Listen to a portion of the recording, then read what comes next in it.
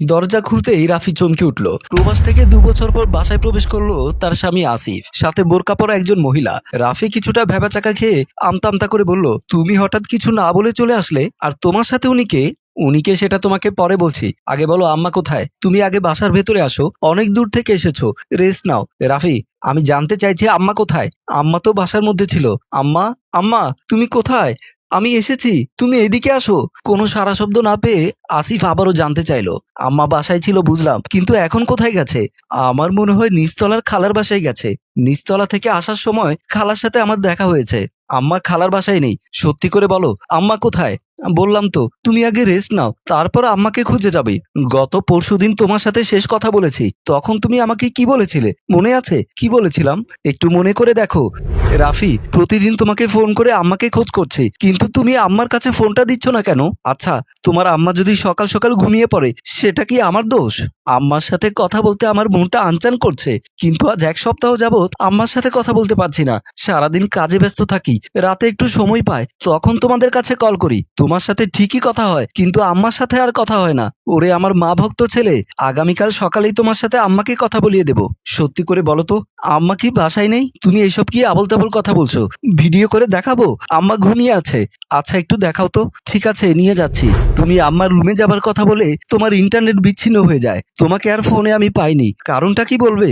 রাফি কাপা কাপা গলায় বলল, ওয়াইফাই লাইনে সমস্যা ছিল, তাই সংযোগ বিচ্ছিন্ন হয়ে গিয়েছিল।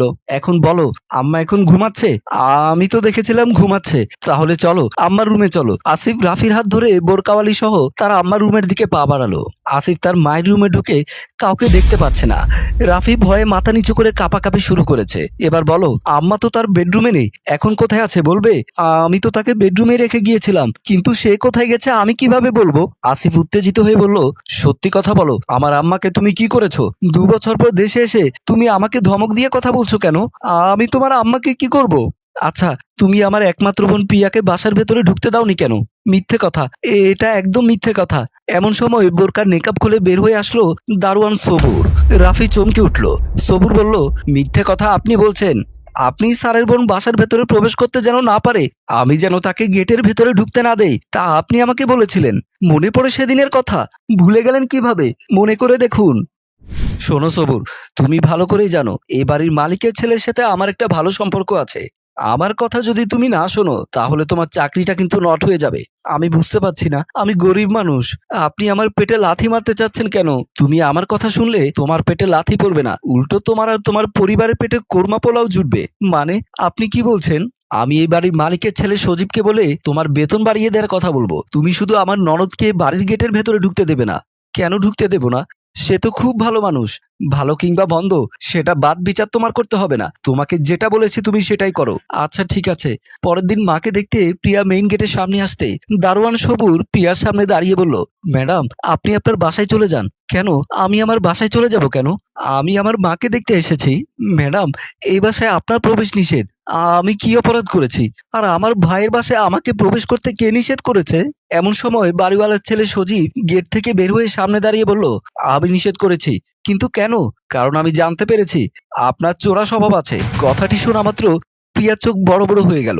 অবাক হয়ে বলল, আপনি এসব ভুলভাল কথা কি বলছেন? আমি কি গরিবের স্ত্রী নাকি যে আমার চোরা স্বভাব থাকবে? চোরা স্বভাব থাকতে গরিব আর ধনী হতে হয় না, খারাপ মন মানসিকতা হতে হয়। আপনার মন মানসিকতা খারাপ। আপনি এই মুহূর্তে আমাদের বাড়ির সামনে থেকে চলে যান। আপনি বুঝবার চেষ্টা করেন, আমি শুধু আমার মাকে দেখতে আসি। আমি তো ফ্ল্যাটের কারো বাসায় যাই না। আপনাকে বলেছি না, আপনি চলে যান। এত কথা বলছেন কেন? প্রিয়া মাথা নিচু করে বাসার সামনে থেকে বের হয়ে গেল। তুমি বিশ্বাস করো, সবুজ সব মিথ্যে কথা বলছে। আসিফ রাফির গালে কষে চর বসিয়ে দিয়ে বলল, সবুজ যা বলছে সব সত্য বলছে, আর তুই যা বলছিস সব মিথ্যে। তুই আমার অবর্তমানে এ বাড়ির মালিকের ছেলের সাথে অবৈধ সম্পর্কে মেতে উঠেছিস। সে অবৈধ সম্পর্ক টিকিয়ে রাখতে আমার বোনকে বাসায় ঢুকতে নিষেধ করেছিস, আর আমার আম্মাকে কি করেছিস সেটা তুই বল। রাফি কাঁদো কাঁদো হয়ে বলল, তুমি যা জেনেছো সব মিথ্যে, আমার বিরুদ্ধে সব ষড়যন্ত্র। আসলে তোর মন মন্তর বোঝার মতো যন্ত্র আমার কাছে নেই, সেজন্য আমি প্রমাণ করতে পারছি না আমি ষড়যন্ত্র করছি। না, তুই আমার মা বোনের বিরুদ্ধে ষড়যন্ত্র করছিস। একটু পর চোর হাতে নাতে ধরবো, কারণ সময় হয়ে এসেছে তোর প্রেমিক সজীব আসার। কথাটি শোনা মাত্র রাফি চমকে উঠল। কি ভয় পেয়েছিস? সজীব আসলে তোদের দুজনকে এক রশিতে বেঁধে দুজনের চুল কেটে মাথায় ঘোল ঢেলে এলাকার সবাইকে ঢোল পিটিয়ে জানিয়ে দেব তুই আর সজীব কি নিকৃষ্ট খেলায় মেতেছিলি? রাফি ভয়ে আতঙ্কে কান্না শুরু করলো। সবুর, তুমি ওকে এই রুমে বন্দি করে রাখবে। যত সময় তোমাকে ডাক দেব না তত সময় তুমি ওকে নিয়ে বের হবে না। আচ্ছা স্যার, আপনি যান। আসিফ রুম থেকে বের হয়ে গেল। রাফি কাঁদো কাঁদো গলায় সবুরের কাছে দুহাত জোর করে তাকে ছেড়ে দিতে বলল। সবুর রাফিকে ধমক দিয়ে চুপ করিয়ে দিল। সজীব রাফির বেডরুমে প্রবেশ করলো। বিছানার দিকে তাকিয়ে দেখলো কম্বল মুড়ি দিয়ে রাফি ঘুমিয়ে আছে। সজীব বিছানার পাশে বসে কম্বলের উপরে হাত দিয়ে রোমান্টিক ভাবে বলল, ডার্লিং, তুমি কি আমার সাথে রাগ করেছো? তুমি আগেই কম্বলের ভেতরে ঢুকে পড়লে। আমার তো প্রচুর ঠান্ডা ঠান্ডা লাগছে।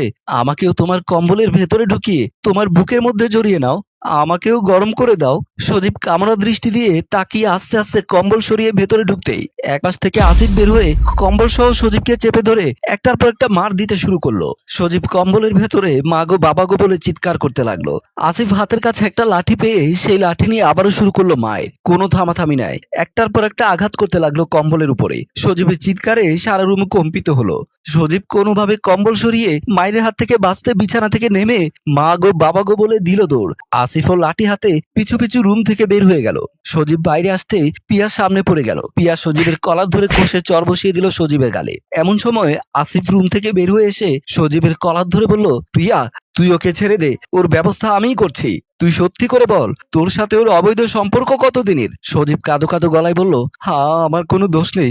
আপনার স্ত্রী আমাকে বারবার তার বাসায় ডেকেছে। সবুর, রাফিকে নিয়ে এদিকে আয়। সবুর আর রাফি রুম থেকে বের হয়ে এসে সামনে দাঁড়ালো। এবার রাফি, তুই সত্যি কথা বল, সজীবের সাথে তোর কতদিনের অবৈধ সম্পর্ক চলছে? রাফি মাথা নিচু করে কাঁদো কাঁদো গলায় বলল, প্রায় 5 মাসের সম্পর্ক। আর এই 5 মাসের অবৈধ সম্পর্কের কারণে আমার আম্মা তোর কাছে শত্রু হয়ে গিয়েছিল। তাই তাকে ছলে বলে কৌশলে একটা বৃদ্ধাশ্রমে রেখে এসেছিস। আমার বোন পিয়াকে বাসায় প্রবেশ করতে নিষেধ করেছিস। এমন সময় আসিফের আম্মা মমতাজ বেগম তার বাসার ভেতরে প্রবেশ করে আসিফকে জড়িয়ে ধরে কান্না করতে করতে বলল, বাবা, আমার মনে আর কোনো কষ্ট নেই। তুই ওদের ছেড়ে দে, ওদের মতো ভালো থাকুক। না আম্মা, ওদের শাস্তি না দিলে ওদের সাহস আরো বেড়ে যাবে। ওদের আমি চরম শাস্তি দেব। ওরা আমার সাথে তোমাকে কথা বলতে দেয়নি, ওরা পিয়ার সাথে তোমাকে কথা বলতে দেয়নি, আমাদের মধ্যে দূরত্ব সৃষ্টি করেছে। আজ আমি ওদের দুটোকেই পুলিশে দেব। কথাটি বলা মাত্রই রাফি ও সজীব দুজনেই কান্না করতে করতে দুহাত জোর করে অনুনবিনয় করে ক্ষমা চাইতে লাগলো। প্রিয় দর্শক, আপনাদের কি মনে হয়, ওরা কি ক্ষমার যোগ্য অপরাধ করেছে, নাকি যে অবৈধ সম্পর্কের কারণে মা ছেলে মা মেয়ের মধ্যে দূরত্ব সৃষ্টি করেছে তার শাস্তি হওয়া প্রয়োজন? অবশ্যই কমেন্ট করে জানিয়ে দিন। গল্পটি ভালো লাগলে লাইক, কমেন্ট ও শেয়ার করবেন। পেজটি ফলো করে আমাদের সাথেই থাকবেন। গল্পটি রচনায় FA হাওলাদার। ধন্যবাদ।